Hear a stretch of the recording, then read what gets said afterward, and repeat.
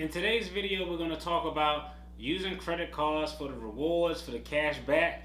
Is it really worth it? Hey, I've used my credit card for an entire year now compared to always using the debit card. Now I'm going to give you a little bit of my insight about the pros and the cons. And at the end, we're going to take a look at what were my rewards on over $100,000 that was applied to my credit card during calendar year 2021. I'm Marcus, and here we're following my family's financial freedom journey and learning and talking about finance. Before we dive in, I'm going to put a link in the description box to a podcast called The Student Loan Experience.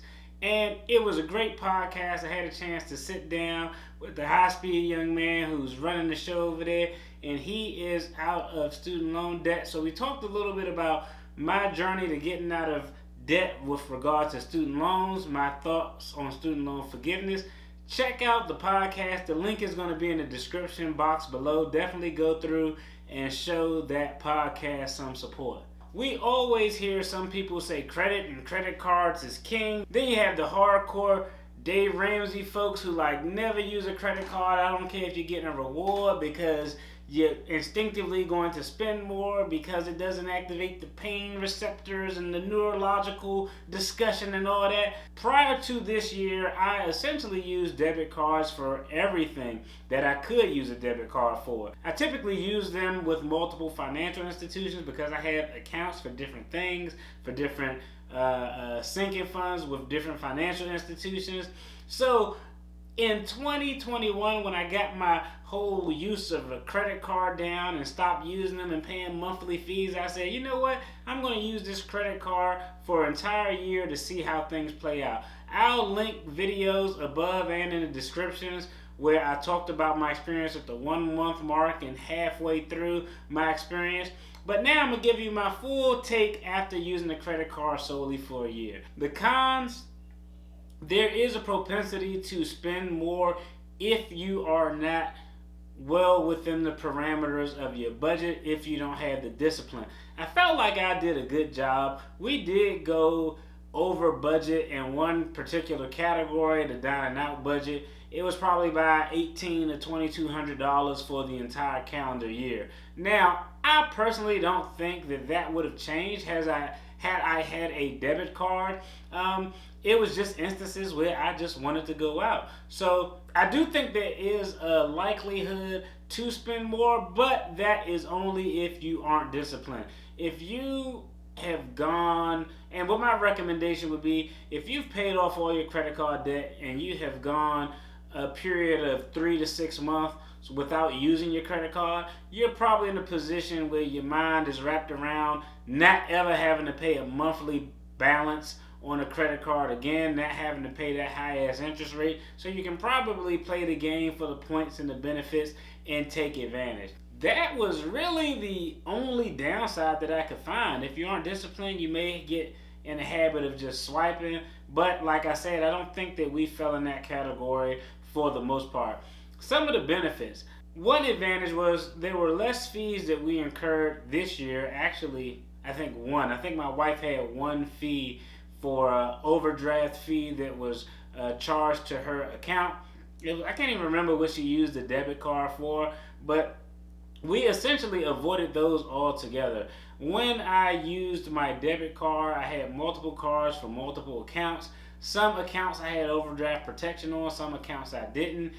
In the event that I mistimed something or forgot something, occasionally I would get an overdraft fee. It would probably happen maybe 3 to 4 times a year. Those overdraft fees, they weren't excessive fees, but it was $10, $99, $7, whatever it was something that I didn't need to pay. So we definitely eliminated getting any overdraft fees. The other thing is, the folks at the credit card company will really find things that you want to find that you can't find. For example, I wanted some tickets to a comedy show. The comedy show was sold out. I just randomly called to see if they can do anything about it, and they actually went out, found tickets for the comedy show at the price that I wanted to pay through some third party, and just called me back and said, hey, we found these tickets, do you want them? I mean, that's invaluable because I can get lazy. If I can get someone else to find something I need at the price I want it, that's a great benefit to use. The other benefit is the tracking. I showed in my last video, the card allocates certain purchases to certain categories, and it allows you to track it yearly and monthly. I think moving forward, I'm actually going to show on the channel the monthly tracking for my credit card purchases, just so we can have a snapshot of how things are going within the budget. There's a lot of tools there to track your progress, track your finances, make sure your spending is under control. And I think, that tracking of the credit card, tracking of the categories, it gives you a really good bird's eye view on how your spending is going. I think the final thing that we're going to talk about, because I want to keep this short, is the rewards. Now, the credit card that I have, essentially how it works is one of those Chase Amazon rewards cards. 5% back for purchases at Amazon, on Amazon. Then I get 2% back for grocery store purchases, Whole Foods, gas. Then it's like 1% back on everything else. Then monthly, they'll give you like, hey, we got a special at this place if you use this money here, use this money there. So it typically works out where you get some benefits, some added benefits.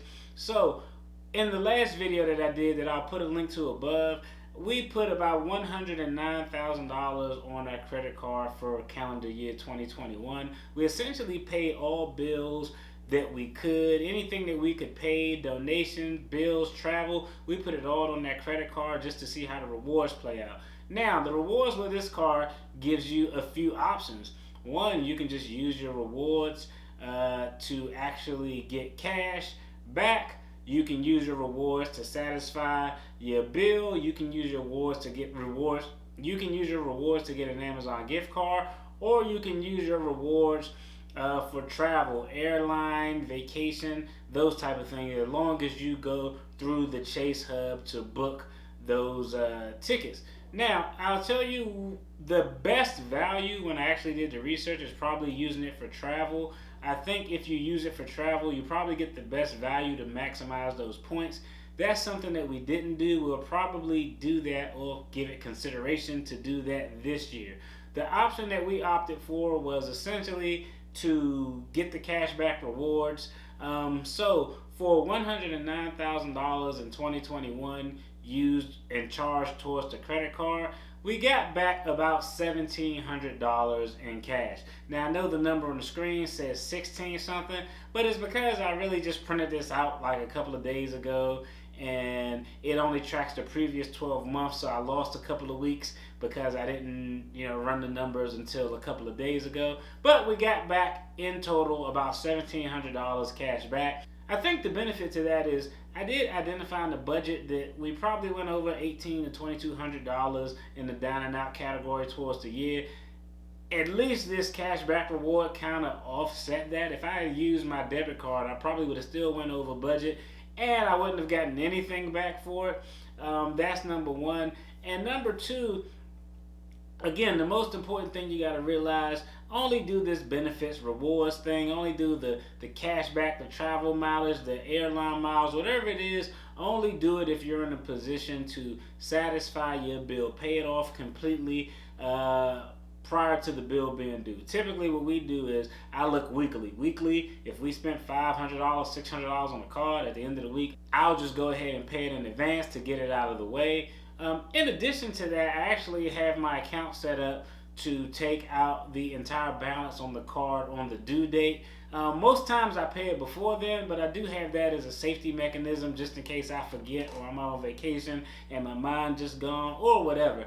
That at least I know that balance will be zeroed out and I won't pay any interest. That's it. $109,000 charged on the credit card. We got about $1,700 cash back.